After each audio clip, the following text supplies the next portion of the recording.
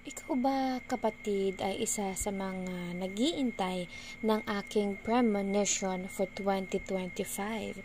Good news dahil ito na ang iniintay mo. So, ibibigay ko na ang premonitions or prediction for 2025. So, tandaan mga kapatid, this is year 2024. Comment I am here kung napanood mo to ng year 2024. Make sure to share this live dahil sinisigurado ko na babalikan mo to pag nangyari na ang mga prediction ko na ito sa year 2025. So, ituloy natin ang prediction ng 2025 for health. Okay? This premonition or prediction is about health. Ano ba ang mangyayari sa kalusugan ng mga Pilipino sa 2025, 'di ba? Kaya siguraduhin po na tapusin ang video na ito. Make sure to follow and subscribe para lagi kang updated sa mga ganitong guidance, reading at sa mga pampaswerte.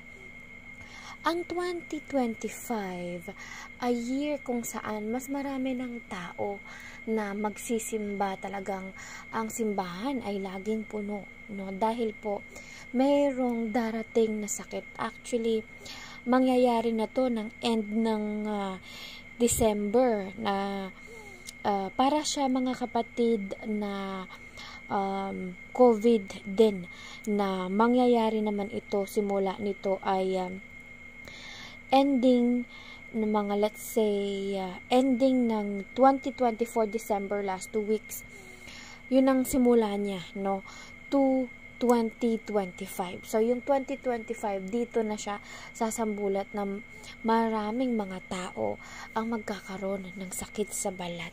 So similar din ito ng symptoms na COVID. Yung iba magkakaroon ng ubo, magkakaroon ng sipon, lalagnatin, tapos para bang sisingaw sa katawan nila yung init. Sisingaw sa katawan nila yung init na magkakaroon sila ng sakit sa balat, sa braso, yan, sa mga ganyan, mga kapatid, no? So, visible siya. Yun ang kaibahan nila, no?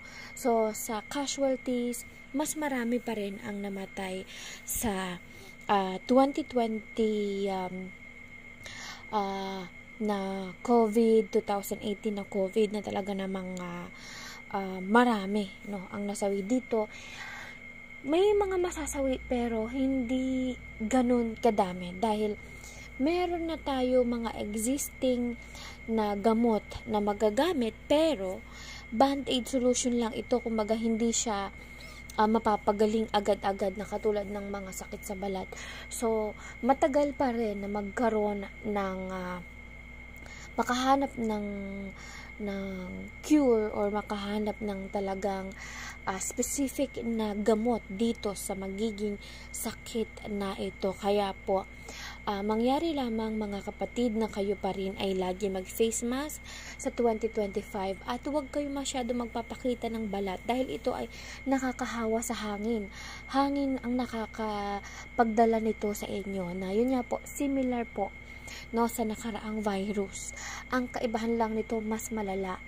So yung mga kapatid, sakit noong unang panahon, para ba siyang nanunumbalik ngayon, ano? May mga rashes, mga butlig akong nakikita na talagang visible na makita. Kung mahina yung sikura, medyo maiita ka at mahiri ka. No, yung iba man may rashes, tapos lagi natin iba naman sinisipulala, may rashes, ganyan po. May mga sakit sa balat po ito na yung iba na lumalawala, nagiging kahawig ng bulutong na kumakalat po siya sa ating balat. Okay, sa mga mahilig po diyang lumabas natin ang ating balat na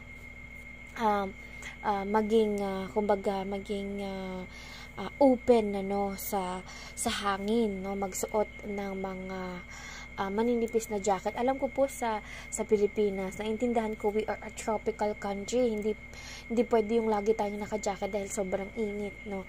So ito ay kumbaga isa ding sakit na nanggaling sa init ng klima natin. Kumbaga isa to sa mga naging sanhi niya na yung init nag-evaporate, humahalo sa hangin, kaya pag tinamaan ka, nadapuan ka ng hangin na ito ay magiging sakit.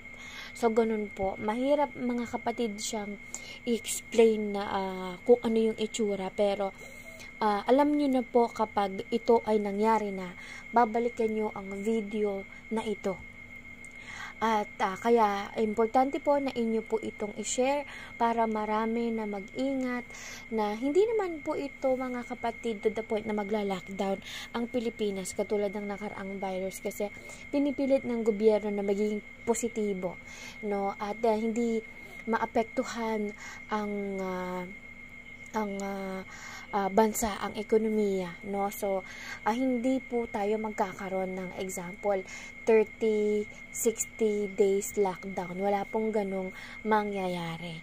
Kaya po, ingatan natin ang ating mga balat, ang ating mga sarili na mga dapuan ng ganitong karamdaman. Dahil visible na visible po siya. Yung iba nagkakati, yung iba walang pakiramdam, pero makikita mo talaga sa kanilang binti, sa kanilang braso.